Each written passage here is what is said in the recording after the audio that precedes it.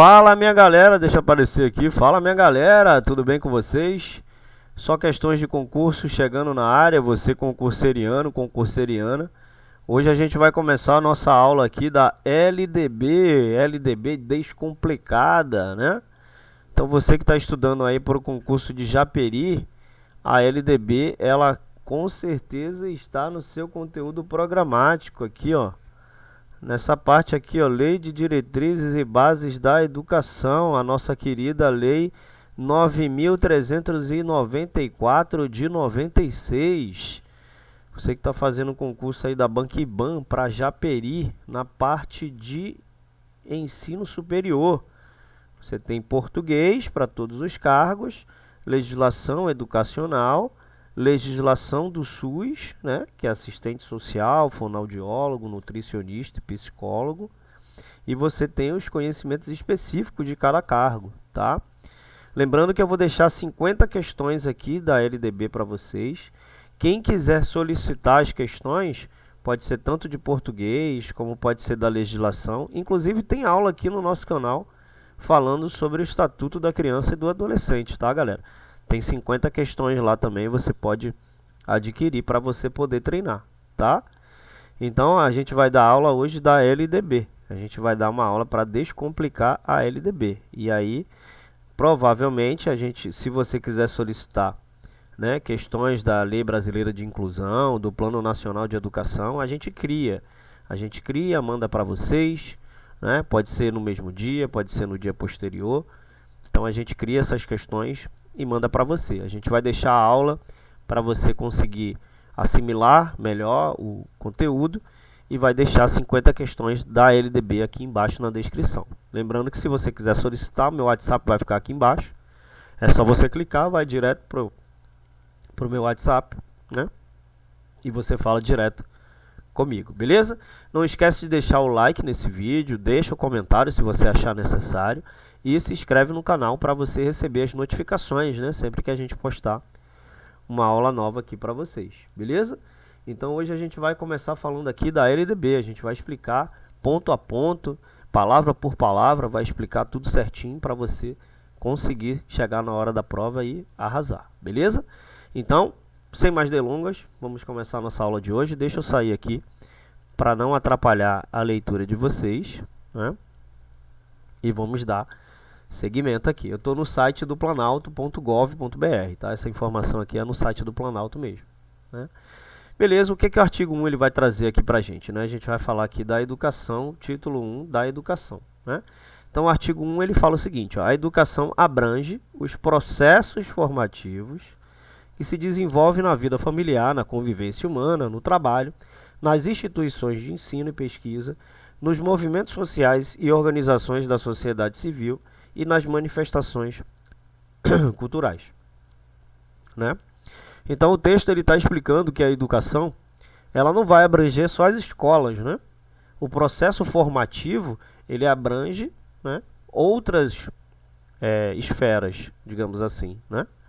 Então isso significa que a educação ela não vai se limitar apenas à transmissão de conhecimento em salas de aula. Ela também inclui ali a formação de valores, habilidades, né, atitudes e competências ao longo da vida. Então, existe uma importância da educação que também ocorre no seio da família, né, como o texto diz. Então, onde as crianças elas vão aprender valores, normas sociais e muitas outras coisas desde muito cedo. Então, a aprendizagem ela acontece também por meio das interações sociais, né? Quando ele fala aqui da convivência humana. Então, ela acontece também por meio das interações sociais, seja com amigos, colegas, vizinhos, entre outras pessoas. Também no trabalho, né? Então, a lei ela reconhece que a educação ela também ocorre no ambiente de trabalho onde as pessoas adquirem conhecimentos, habilidades, né, habilidades relevantes ali para suas profissões. Também, né, dentro desse contexto, existe, né, a mais tradicional da educação formal, né, que são as escolas, as universidades e outras instituições de ensino, né? Então ele vai destacar também que a educação pode ser promovida por grupos sociais, né, organizações não governamentais, movimentos que buscam desenvolvimento social e cultural, né? Então, ele se refere à educação que acontece por meio também da cultura, como a música, a arte, dança e outras expressões culturais que contribuem ali para a formação das pessoas. Show de bola? Então aqui, no parágrafo 1, esta lei disciplina a educação escolar, que se desenvolve predominantemente por meio do ensino, né, claro, em instituições próprias. Então esta lei, quando ele fala que esta lei, ele está se referindo à LDB, né? Está se referindo à nossa LDB. Então, para a gente lembrar, LDB significa, né, que é uma legislação que tem como foco principal regulamentar e estabelecer as diretrizes ali para a educação formal, que ocorre nas instituições educacionais, né, como as escolas e universidades. Então, em outras palavras, a lei trata especificamente da educação que é fornecida em ambientes formais de ensino, né? Então, isso significa o quê? Isso indica que a principal forma de educação abordada pela LDB é aquela que ocorre através do processo de ensino, ou seja, onde professores transmitem conhecimento e habilidades para os alunos em um ambiente de sala de aula. Beleza? Show! Então, aqui no parágrafo 1, ainda explicando o parágrafo 1, ele vai enfatizar também que a educação escolar, que está sobre a regulamentação desta lei, acontece em instituições educacionais o quê? Específicas. Como ele diz aqui, ó, instituições próprias, né? Então isso inclui escolas públicas e privadas, universidades, institutos técnicos e outras instituições reconhecidas como locais apropriados para o ensino formal. Beleza? Então, em resumo, o resumo do parágrafo 1, né? Aqui a LDB ela vai esclarecer que a lei ela se concentra principalmente na regulamentação da educação escolar, que é aquela que ocorre predominantemente através do quê? Do ensino, em instituições o quê? Educacionais formais, como escolas e universidades. Então isso significa que a LDB não abrange necessariamente todos os aspectos da educação, mas sim a parcela que ocorre dentro desse contexto específico. Show? Maravilha. Então aqui no parágrafo 2, a educação escolar deverá vincular-se ao mundo do trabalho e à prática social, né? Então essa parte aqui é tranquila, né? A educação escolar deverá vincular-se ao mundo do trabalho e à prática social. Então, quando ele fala vincular-se ao mundo do trabalho, né, que ele fala aqui, ó, vincular-se ao mundo do trabalho, significa que a educação nas instituições escolares deve estar relacionada às necessidades e demandas do mercado de trabalho. Então, os currículos e programas de ensino devem preparar os alunos não apenas com conhecimentos teóricos, mas também com habilidades práticas, né, e competências ali relevantes para futuras carreiras, né? Então isso ajuda os estudantes a se tornarem profissionais mais bem preparados, aptos ali a enfrentar os desafios do mercado de trabalho. Então, né, isso vai enfatizar que a educação não deve ser vista como algo isolado da sociedade, muito pelo contrário, né? As escolas elas devem conectar os alunos com as realidades e desafios ali das sociedades em que vivem. Então isso pode incluir a promoção de valores cívicos, éticos e sociais, bem como a conscientização, né, sobre questões sociais e a participação ativa na comunidade.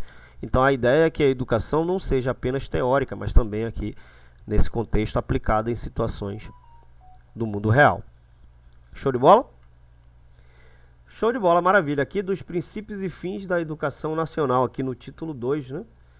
Isso aqui é uma matéria de prova, tá, galera? Isso aqui cai muito em prova. Esse é o artigo que você mais tem que gravar na LDB, inclusive, né? Então aqui no artigo 2 ele vai falar o seguinte, ó, a educação, dever da família, ó, e de quem? Do Estado. Inspirado nos princípios de liberdade e nos ideais de solidariedade humana, tem por finalidade o pleno desenvolvimento do educando, seu preparo para o exercício da cidadania e sua qualificação para o trabalho. Então vamos ponto a ponto, né? Quando ele fala que a educação é dever da família e do Estado, Então esse trecho aqui, que ele fala disso, ressalta que tanto a família quanto o Estado têm responsabilidades na educação. Então a família é o primeiro ambiente de aprendizado de uma criança, né? E o Estado, por meio do sistema educacional, também desempenha ali um papel fundamental no fornecimento da educação formal, né? Então quando ele fala que é inspirada nos princípios de liberdade, aqui vai destacar que a educação ela deve ser baseada nos princípios da liberdade. O que significa? Que os indivíduos têm o direito de buscar o conhecimento de acordo com seus interesses e necessidades. Então isso implica em quê? Em promover a liberdade de pensamento, de expressão, de escolha, né? Então quando ele fala nos ideais da solidariedade humana, esse trecho ele enfatiza a importância da solidariedade e do respeito mútuo entre os indivíduos na busca pelo bem-estar coletivo, né? Então a educação ela deve promover ali valores que fortaleçam a convivência pacífica e a compreensão entre as pessoas. Então o principal objetivo da educação é garantir que cada aluno alcance seu pleno potencial. Isso inclui o desenvolvimento intelectual, emocional, social e físico, né? Então a educação ela deve capacitar os indivíduos para participarem ativamente da vida cívica e política da sociedade. Isso envolve o entendimento dos direitos e deveres como cidadãos, né? Bem como a capacidade de tomar decisões informadas. Então, além de preparar os alunos para a cidadania, a educação, né, para a cidadania, a educação também deve equipá-los com habilidades e conhecimentos necessários para ingressarem no mercado de trabalho e contribuírem também para o quê? Para o desenvolvimento econômico do país, né? Então, em resumo, esse artigo 2 ele diz o seguinte: ele vai estabelecer os princípios e metas centrais da educação no Brasil. Ele vai enfatizar a responsabilidade compartilhada da família e do Estado e a importância da liberdade, da solidariedade, do desenvolvimento integral dos educandos, da formação cidadã e preparação para o mundo do trabalho. Então, esses princípios norteiam a legislação educacional do país. Show de bola? Artigo 3, o ensino será ministrado com base nos seguintes princípios. Então, essa parte aqui também é importante. Ele vai dizer que aqui há igualdade de condições para o acesso e permanência na escola, né? Então, o ensino será ministrado com base nos seguintes princípios: igualdade de condições para acesso e permanência na escola.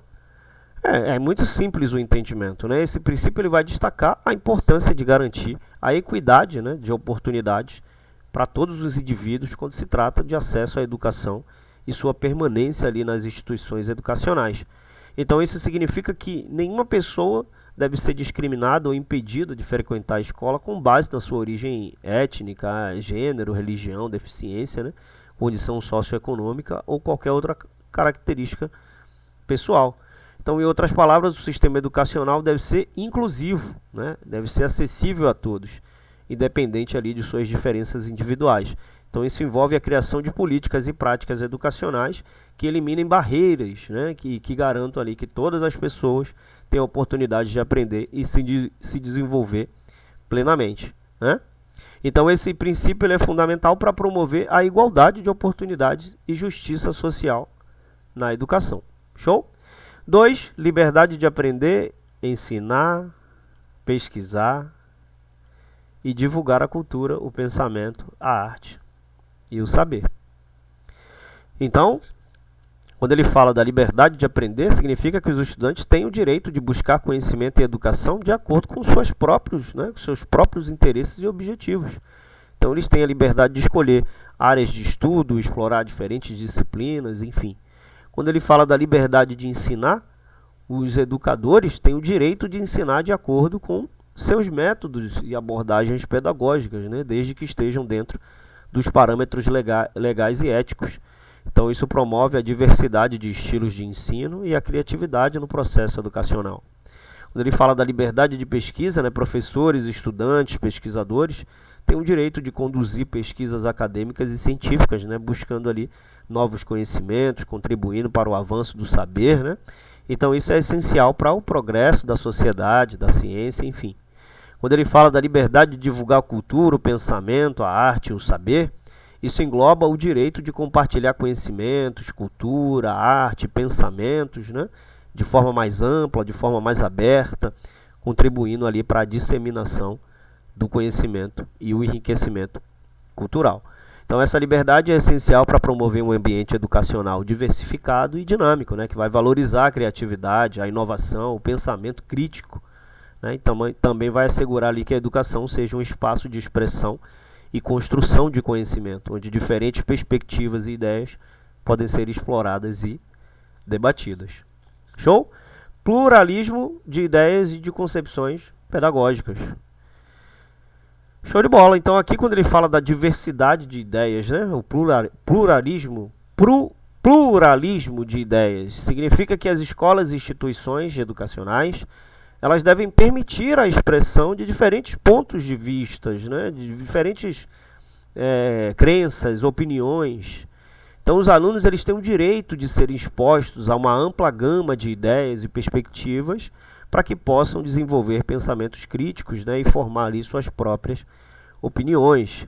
Quando ele fala das concepções pedagógicas variadas, né, que ele está falando aqui, ele reconhece que não há uma única abordagem pedagógica correta, né? Professores e educadores podem adotar ali diferentes métodos de ensino e estratégias de aprendizagem para atender às necessidades individuais dos alunos, né, e os objetivos educacionais. Então, o pluralismo de ideias incentiva o debate saudável e a troca de experiência no ambiente educacional. Então, isso pode enriquecer a qualidade da educação, vai contribuir ali para um ambiente de aprendizagem mais dinâmico, né? Então, esse princípio está alinhado com o respeito à diversidade cultural, étnica, religiosa e social. Então, ele implica que as escolas devem acolher e respeitar a diversidade de identidades e opiniões dos alunos. Aqui no 4, respeito à liberdade e apreço à tolerância, né? Então, esse princípio ele vai enfatizar a importância do respeito à liberdade individual, a valorização da tolerância no ambiente educacional, né? Então, quando ele fala do respeito à liberdade, implica que as escolas devem reconhecer e respeitar a liberdade de pensamento, tanto a liberdade de pensamento como a liberdade de expressão, as escolhas dos estudantes e membros da comunidade escolar.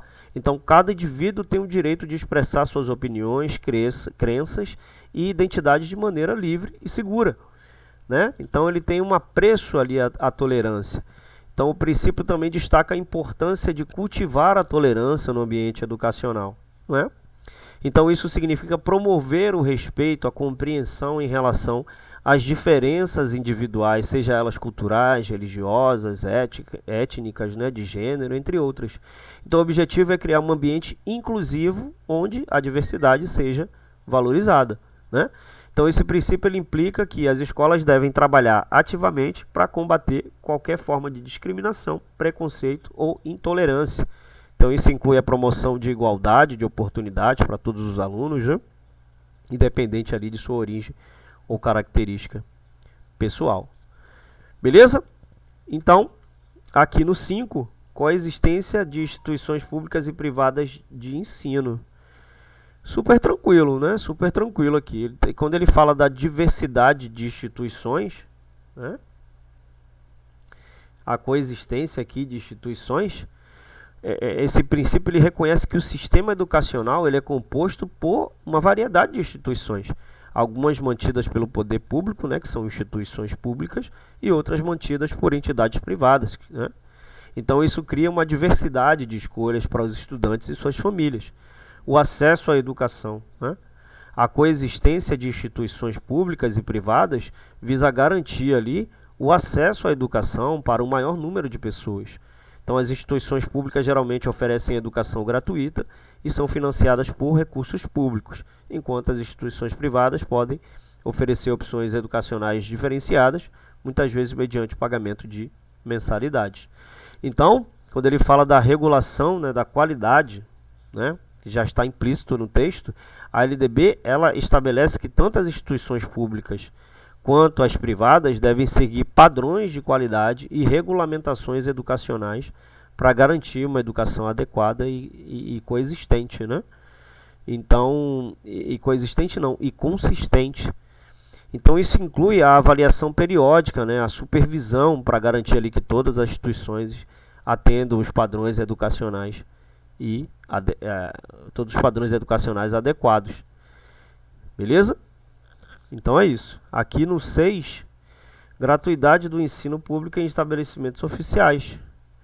Então, o estudante, o ensino em escolas em instituições públicas, né, como escolas municipais, estaduais e federais, deve ser oferecido sem a cobrança de mensalidades ou taxas ali de matrícula, né?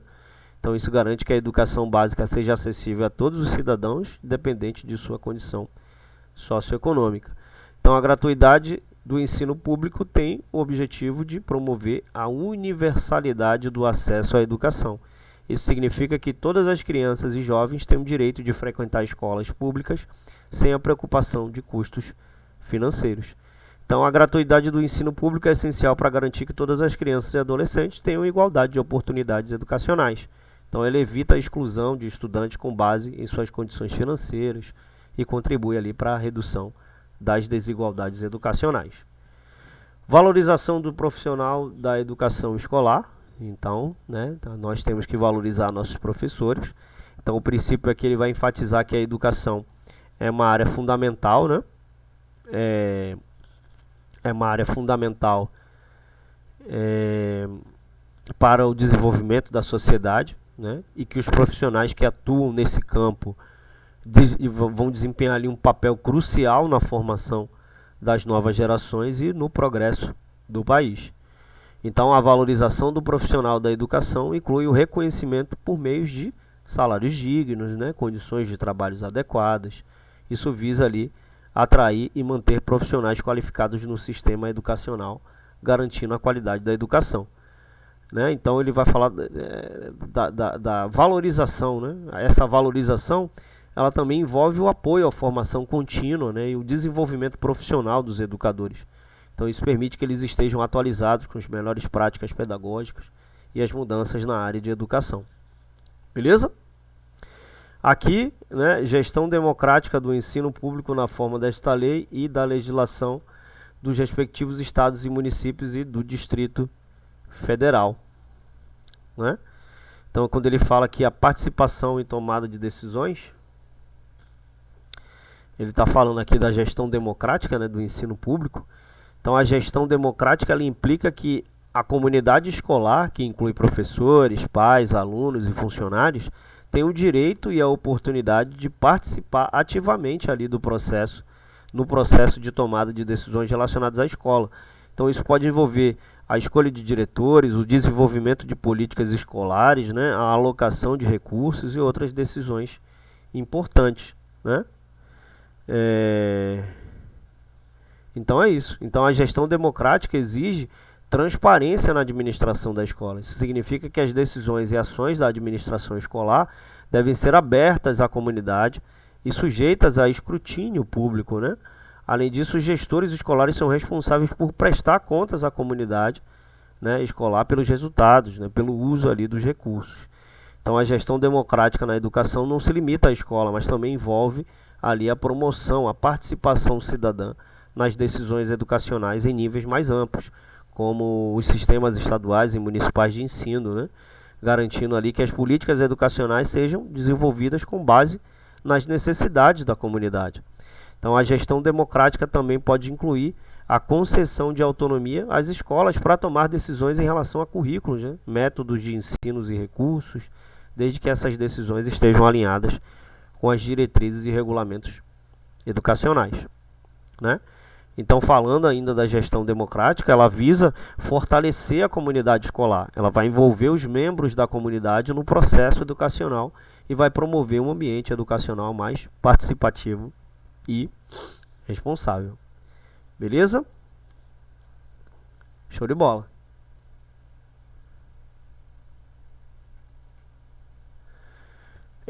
Garantia de padrão de qualidade. Né? Então, aqui precisa existir uma qualidade na educação, né? Então o princípio reconhece que a educação ele deve ser de alta qualidade, deve fornecer conhecimentos e habilidades relevantes, né? Deve promover o desenvolvimento integral dos estudantes e vai preparando-os ali para a cidadania e o mundo do trabalho. Então ela deve garantir, para garantir, né, essa qualidade da educação, o Estado estabelece padrões e regulamentações que as escolas devem cumprir. Esses padrões, né, podem incluir requisitos para a qualificação dos professores, infraestrutura escolar adequada, né, currículos alinhados com diretrizes educacionais e avaliações periódicas. Então, a garantia de qualidade envolve também avaliações periódicas das instituições de ensino para verificar, né, se elas estão atendendo ali os padrões estabelecidos, né? Os órgãos educacionais em níveis federal, estadual e municipal têm a responsabilidade de supervisionar as escolas e universidades para assegurar que a qualidade seja mantida e melhorada, né? Então, a comunidade escolar e a sociedade em geral desempenham ali um papel importante na garantia de qualidade, fornecendo feedback, contribuindo ali para a melhoria das escolas. Show? Aqui no 10, valorização da experiência extraescolar. Então, aqui reconhece que o aprendizado ele não se limita às 4 paredes da sala de aula, né? Então, a experiência de aprendizado que ocorre fora da escola, como participação em atividades esportivas, culturais, sociais, voluntariado, né? Viagens e interações com a comunidade, também são valiosas, né? Existe uma contextualização da aprendizagem, que visa o quê? Valorizar a experiência extraescolar, que significa que o conhecimento adquirido em contextos não formais ou informais é relevante, né? Ele pode ser incorporado ao processo educacional formal.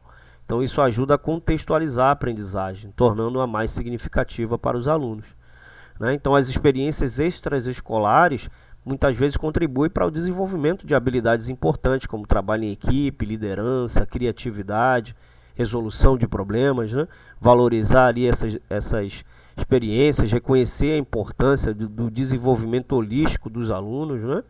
Então, a valorização da experiência extraescolar também pode promover a participação ativa da comunidade na educação.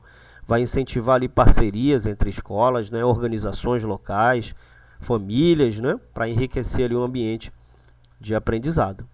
Show? A vinculação entre a educação escolar, o trabalho e as práticas sociais.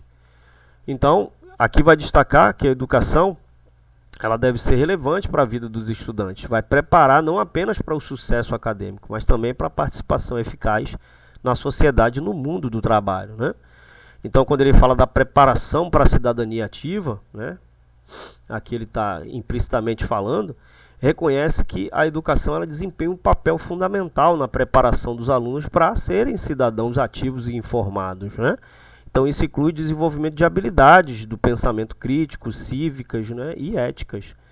Então o texto também ele enfatiza que a educação ela deve preparar os alunos para futuras carreiras e empregos, fornecendo-lhe habilidades, né, conhecimentos, competências necessárias ali para o mercado de trabalho em constante evolução. Então, a vinculação entre a educação, né, trabalho e práticas sociais, muitas vezes envolve a adoção de abordagens de ensinos baseados em projetos, onde os alunos aplicam ali o que aprendem em situações do mundo real. Então, vai valorizar a importância de estágios, experiências práticas, né, e aprendizados no campo, onde os alunos podem ganhar experiências diretamente relacionadas às suas futuras carreiras. Então, isso significa a vinculação entre a educação escolar, o trabalho e as práticas sociais, né? Então, ela vai reconhecer que a educação deve abordar questões sociais relevantes, como equidade, diversidade, inclusão, sustentabilidade, né? Para que os alunos possam contribuir para a construção de uma sociedade mais justa e sustentável.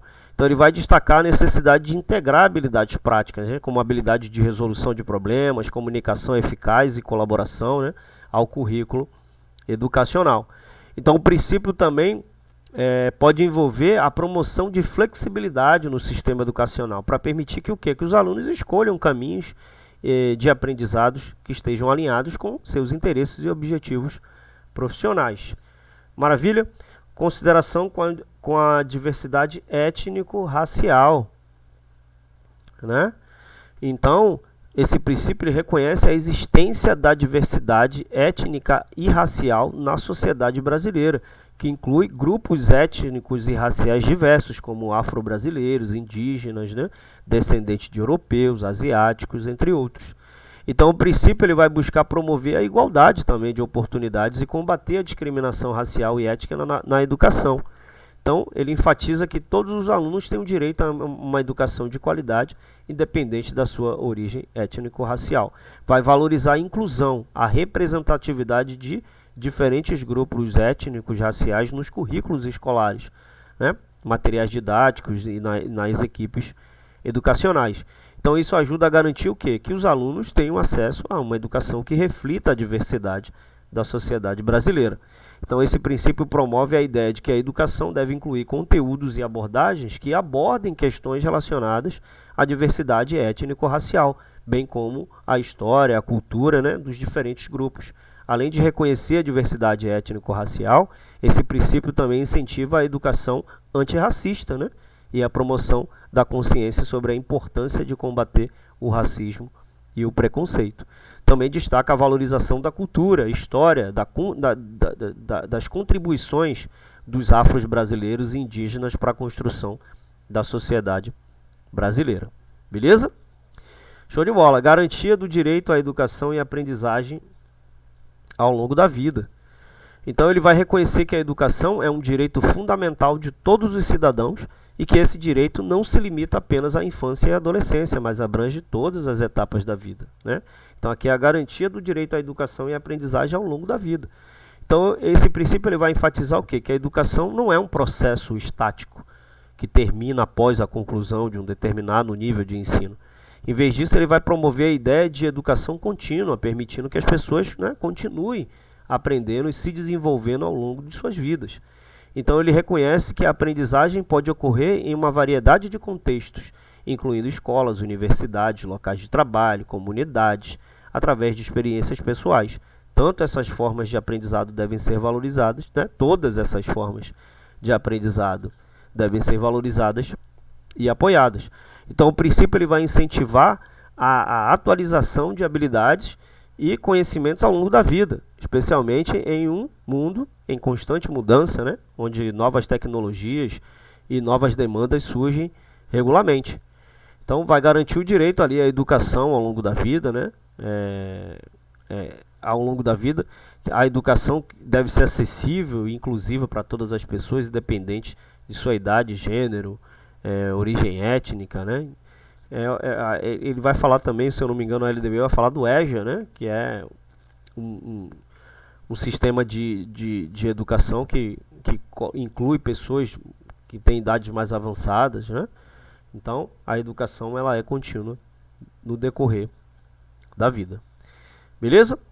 A respeito à diversidade humana, linguística, cultural e identitária das pessoas surdas, surdos, cegas e com deficiência auditiva, né? Então esse princípio ele enfatiza a importância de respeitar e promover a inclusão, a igualdade de oportunidades para pessoas surdas, surdos, cegas e com deficiência auditiva. Então ele reconhece que as pessoas surdas e cegas e com deficiência auditiva, elas fazem parte da diversidade humana, elas têm o direito a uma educação que respeite suas identidades, né? que respeite suas identidades, suas experiências e características individuais. Então esse princípio ele destaca a importância de proporcionar a todas as pessoas, independente de sua capacidade auditiva, o acesso a uma educação inclusiva que atenda às suas necessidades individuais. Isso pode envolver o uso de métodos de ensino adaptados, tecnologias assistivas, né? E apoio especializado. Então vai valorizar o reconhecimento das línguas de sinais como línguas legítimas, né, e importantes ali para a comunicação e o desenvolvimento de pessoas surdas. Então isso inclui a Libras, né, a língua brasileira de sinais no contexto brasileiro. Então, além de línguas de sinais, o princípio promove a valorização e promoção da cultura surda, né, reconhecendo a importância da identidade cultural das pessoas surdas. Então, aqui ele destaca a necessidade de tornar o ambiente educacional acessível a pessoas surdas ou com deficiência auditiva, incluindo a disponibilidade de intérprete de Libras, né, legendas em vídeos e outras adaptações. Então, vai incentivar a inclusão social, a participação ativa dessas pessoas na sociedade. Vai reconhecer que elas têm o potencial de contribuir de forma significativa para diferentes áreas da vida. Te dando um exemplo, esses dias eu fui numa casa de show, eu fui assistir uma banda de forró, né, uma banda que estava tocando sertanejo. E quando a gente estava olhando o baterista, né, só falando relacionados à capacidade que essas pessoas têm, o baterista era cego, mas ele tocava tão bem. Se você olhasse, se você estivesse lá, e tocava tão bem, mais do que uma pessoa que enxerga. Então, assim, a inclusão dessas pessoas também é importante, porque isso dá uma alegria, né? Uma alegria. Você que enxerga, né, tem a capacidade de fazer o que você quiser, e quem não enxerga tem uma capacidade também de fazer o que ela quer. Então, essa inclusão, né, incentivar essa inclusão social, a participação ativa nessas pessoas da sociedade, é contribuir de forma significativa, né, em diferentes áreas da vida. Então o princípio também ele está alinhado ali com o combate à discriminação, a preconceito contra as pessoas surdas, né, contra as pessoas surdas e cegas, deficiência auditiva, né, promovendo ali uma sociedade mais inclusiva, né, mais justa. Então ele reconhece a importância de formar profissionais capacitados e sensíveis às necessidades específicas dessas pessoas para garantir uma educação de qualidade. Beleza? Então hoje a gente fica por aqui, a gente vai continuar essa aula, a gente vai colocar os artigos que mais são cobrados nas provas, tá, galera? Eu vou deixar na descrição, né? Deixa eu aparecer aqui. Eu vou deixar na descrição 50 questões da LDB para você treinar, né? Se você quiser solicitar alguma dessas aqui, o Estatuto da Criança e do Adolescente, se você quiser, tem aqui no nosso canal também as aulas. E tem 50 questões também comentadas, se você quiser adquirir. O link está na descrição do vídeo, beleza? Se você não encontrar o vídeo, manda uma mensagem no meu WhatsApp ou manda uma mensagem aqui nos comentários, que eu mando o link para você das aulas, tá? E se eu não me engano, né, eu vou deixar também algumas questões envolvendo todos esses aspectos aqui da legislação educacional. Então provavelmente a gente vai fazer aqui umas 20 questões do Estatuto, mais 20 da LDB, mais 20 da Lei Brasileira de Inclusão. A gente vai fazer um pacote. Se você for acompanhando as aulas, eu vou atualizando o link sempre, né?